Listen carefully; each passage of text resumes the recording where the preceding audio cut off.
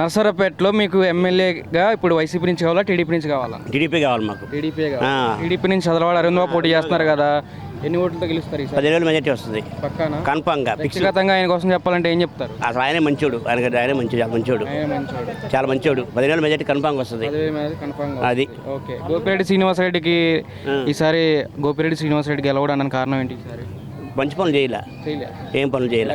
కాలంలో కట్టలేదు, రోడ్లు వేయలేదు, మంచిలు ఏం లేవు. ఏం చేయమంటావు? మరి చేసేదే ఉంది. మా తెలిసేది అదే.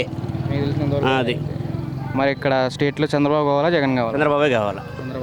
ఎందుకు చంద్రబాబు అంటే? అతను వస్తే పిల్లల జాబులు వస్తాయి, బ్రహ్మాండంగా ఉంటుంది.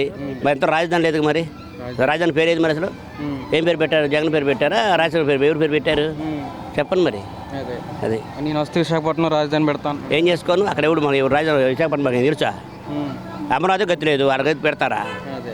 ఉపయోగం ఏముంది?